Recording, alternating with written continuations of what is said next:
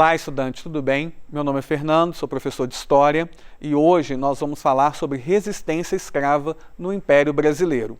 Na aula de hoje, ela contempla as semanas 2, 3 e 4 do PET 3 e iremos tratar da mesma habilidade da aula anterior, analisar as contradições entre trabalho escravo, mobilidade social e resistências à escravidão na sociedade colonial e imperial, do Brasil.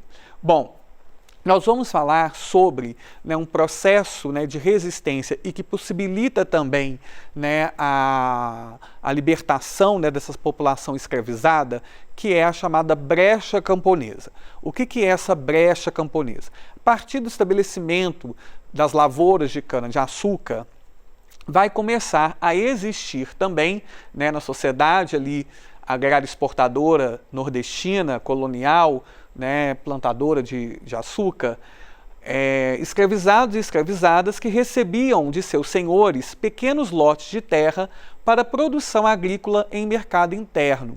Eles produziam nesses lotes gêneros de alimentícios para a sobrevivência, para o consumo cotidiano, e o excedente, a sobra dessas produções, esses escravizados, essas escravizadas, eles podiam vender.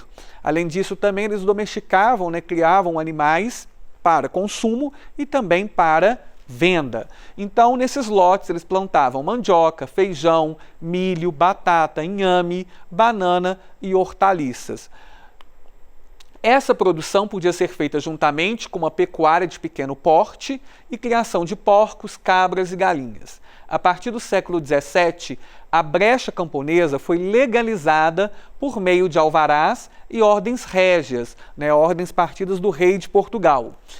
Essas normas legais permitiam que os escravizados e as escravizadas tivessem um dia livre de trabalho nos engenhos para poder trabalhar nesses lotes e podiam também alugar ou doar esses lotes de maneira informal, ou seja, sem contrato, porque a doação era feita pelo senhor daquele escravizado ou daquela escravizada, e aí ele podia repassar a exploração desse pequeno lote, que a gente chama de brecha camponesa, para uma outra pessoa que vai fazer a exploração ali em troca de um aluguel, por exemplo.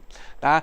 Essa brecha camponesa ela é importante porque era vantajoso para os senhores, porque isso diminuía os custos de manutenção dessa pessoa escravizada, porque essa própria pessoa produzia o seu alimento, produzia o seu sustento, e também era importante para essa pessoa escravizada porque ela vai adquirir recursos materiais para comprar roupas, tabaco, bebidas e também vai acumular dinheiro para comprar sua própria alforria, ou seja, a sua liberdade. Então a brecha camponesa é uma forma de resistência e é uma forma também da pessoa escravizada alcançar a liberdade. Já na região mineradora, o que vai ocorrer nessa questão de resistência e acesso à alforria, acesso à liberdade? Fuga e posterior exploração de ouro ou de diamantes em locais escondidos. Essa pessoa escravizada, essa população escravizada, ela foge, ela começa a trabalhar de forma ilegal e escondida, minerando metais preciosos ou pedras preciosas, se escondia em locais de difícil acesso aqui na região mineradora, onde ela vai fazer essa mineração ilegal, e quando ela amealhava, quando ela juntava ali uma quantidade considerável de diamantes ou de ouro, por exemplo, e que isso interessava, então, aos comerciantes de metais preciosos, eles compravam dessa pessoa. E aí ela vai ter dinheiro para comprar a alforria. Isso é importante para o acesso à liberdade. Os escravizados e as escravizadas, alforriados, eles são chamados de libertos ou libertas, forros, forras, e era um número bem maior na região da sociedade mineradora do que na região da sociedade açucareira do Nordeste brasileiro no século anterior. Tá? Por quê? Porque a sociedade mineradora ela era eminentemente urbana, ao contrário da sociedade açucareira que era rural. Então, no meio urbano, você tem uma variedade de funções de trabalho muito maior, o que permitia a essa população escravizada, né, ter acesso a essas variações de trabalho, também, né, conseguir juntar dinheiro para comprar a alforria, seja da pessoa, seja, né, de um parente, por exemplo. E aqui também a gente tem uma outra forma de resistência, né, dentro desse processo de aculturamento, né, de ter que adotar o catolicismo e fazendo sincretismos religiosos com as religiões africanas, a gente tem a criação das irmandades. E essa população negra, né, parda, ela vai se associar a essas irmandades religiosas, onde, além de fazer, né, todo esse trabalho de culto aos santos e santas, né, e você vai ter também ali nessas irmandades essas pessoas trabalhando, né, a caridade e ajudando umas às outras a conseguir emprego e também, né, a juntar recursos para a compra de alforria. Era uma forma aí, né, tanto de ter uma identidade cultural dessa população escravizada, como também uma forma de ter acesso a alforria, a liberdade. Tá? Então, aqui a gente tem, né, um cartaz, né, de um crioulo fugido, né, um cartaz, né, que mostra, né, como que era anunciada né, aquele escravo que fugia, né, que era uma das formas de resistência, como que esse escravo, né, no jornal aparecia. Então, assim, quando a gente lê, né, esses anúncios, a gente percebe que é muito parecido com os tipos de anúncios que a gente vê, por exemplo, quando você da venda de um carro nos dias de hoje. Por quê? Ele é muito detalhado para a identificação ficar assim certeira, para que o dono desse escravo consiga ter a sua propriedade de volta, porque o escravo era, né, o escravizado, a escravizada, ele era um produto muito caro, né, que valia muito dinheiro. Então, perder esse bem era um prejuízo muito grande para o dono, né, para a dona dessa pessoa escravizada. Então, por isso que nos anúncios vinha, né, de forma bem detalhada, né, como é que era essa pessoa que fugiu. Tá? Então a gente tem outro anúncio também que aparece aí no PET 3 de vocês. E agora, né, a gente vai para a segunda parte sobre, né, o Museu Muquifo, né, que é o Museu de Quilombo, dos quilombos e favelas urbanos da cidade de Belo Horizonte. Bom, estudante, eu sou o professor de História Fernando, eu estou aqui no Muquifo, Museu dos Quilombos e Favelas Urbanos, e vamos continuar falando sobre resistência dos escravizados e escravizadas no Brasil. Agora a gente vai falar sobre o período imperial, né, o período que vai de 1822 a 1889.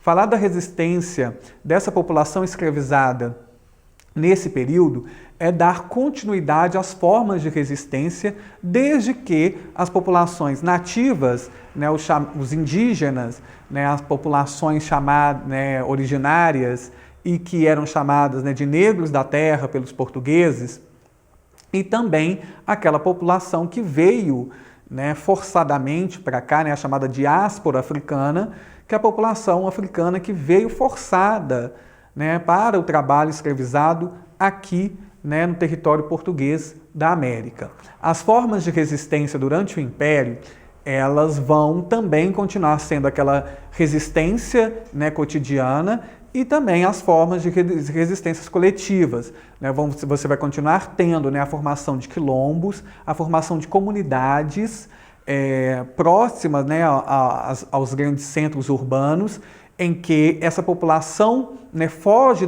da escravização, né, da escravidão, e vai para essas áreas em busca de melhores condições de vida.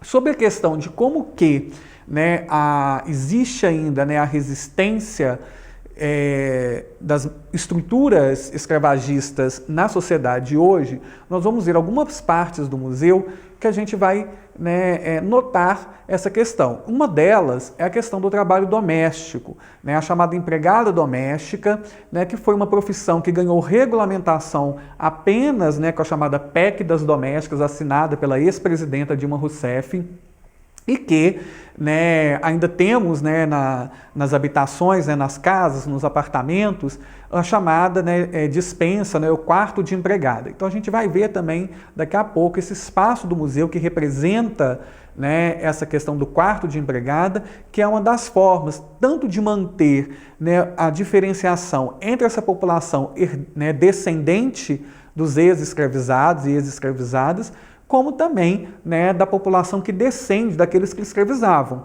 né, a população que tinha o privilégio de poder escravizar. Tá?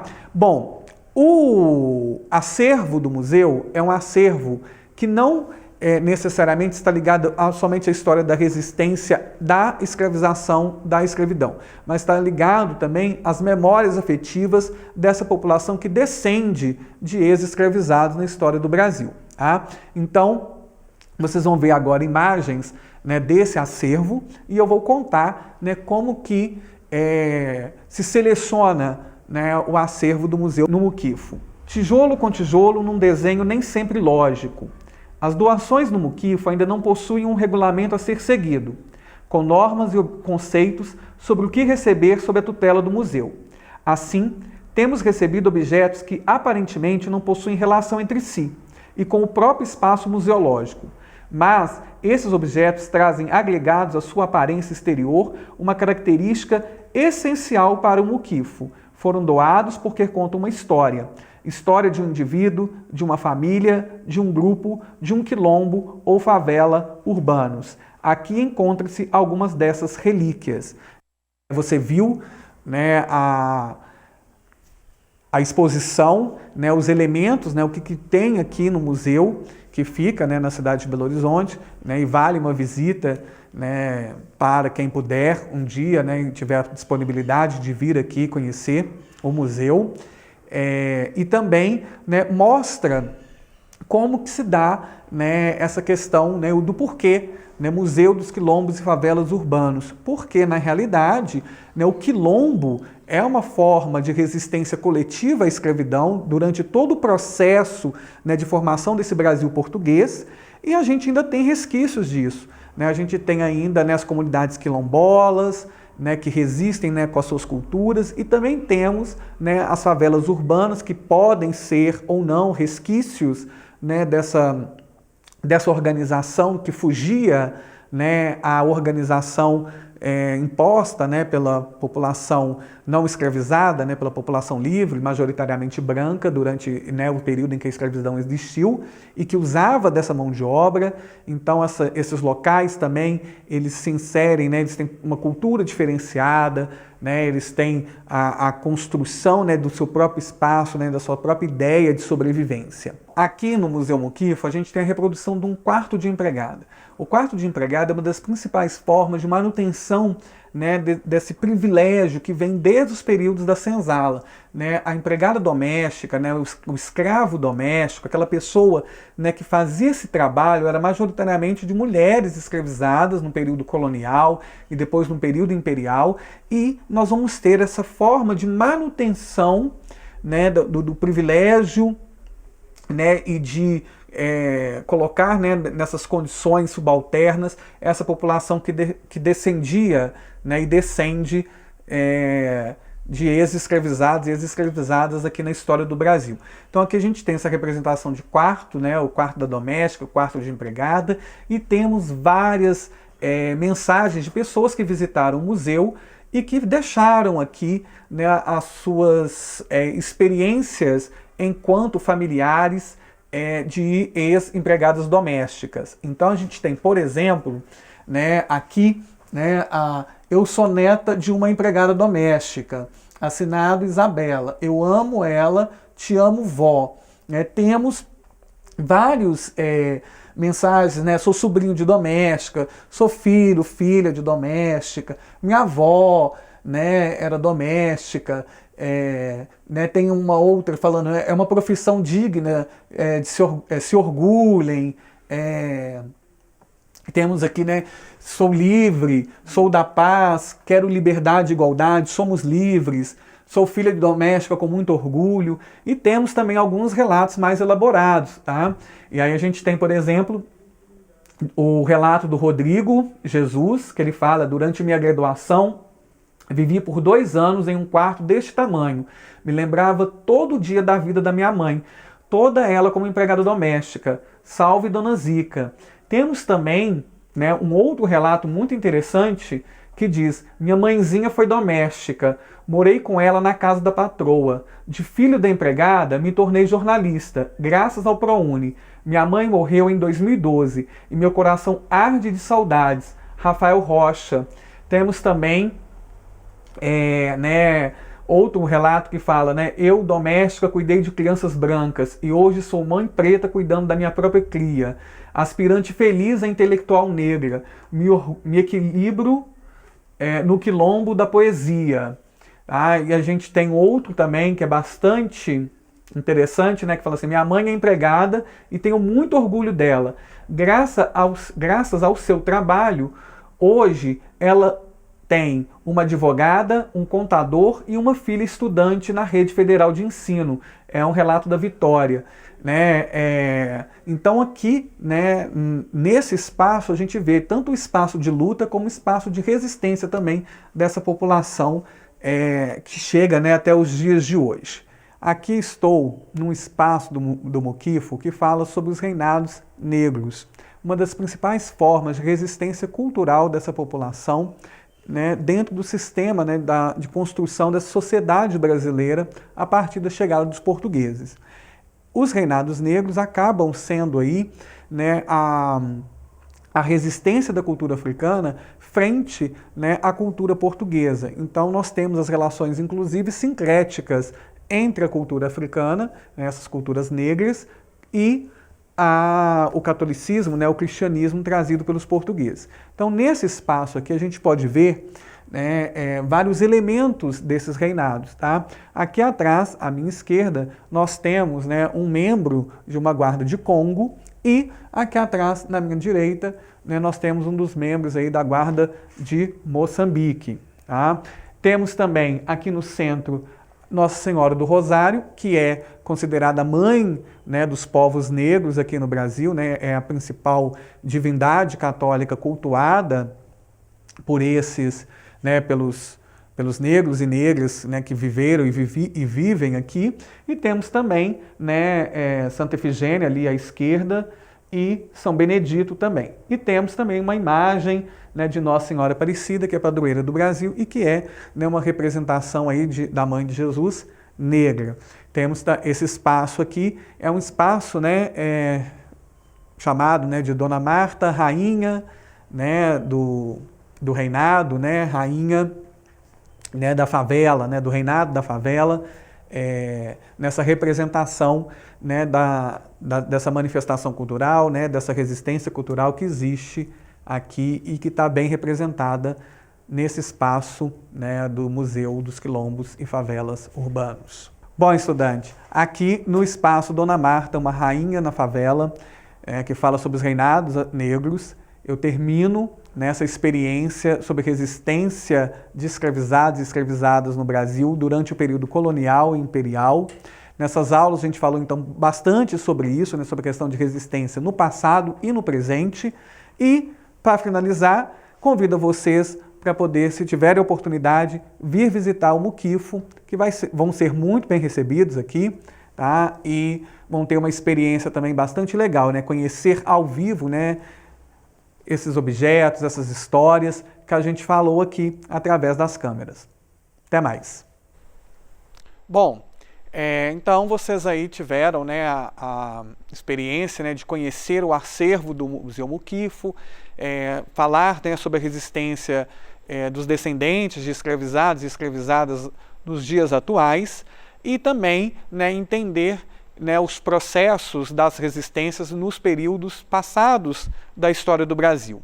Tá? Então a gente recapitula, né, dizendo que nessas duas aulas, né, que contemplam as semanas 1, 2, 3 e 4 do PET 3, a gente falou sobre a resistência, né, dos escravizados e das escravizadas, e também, né, vimos aí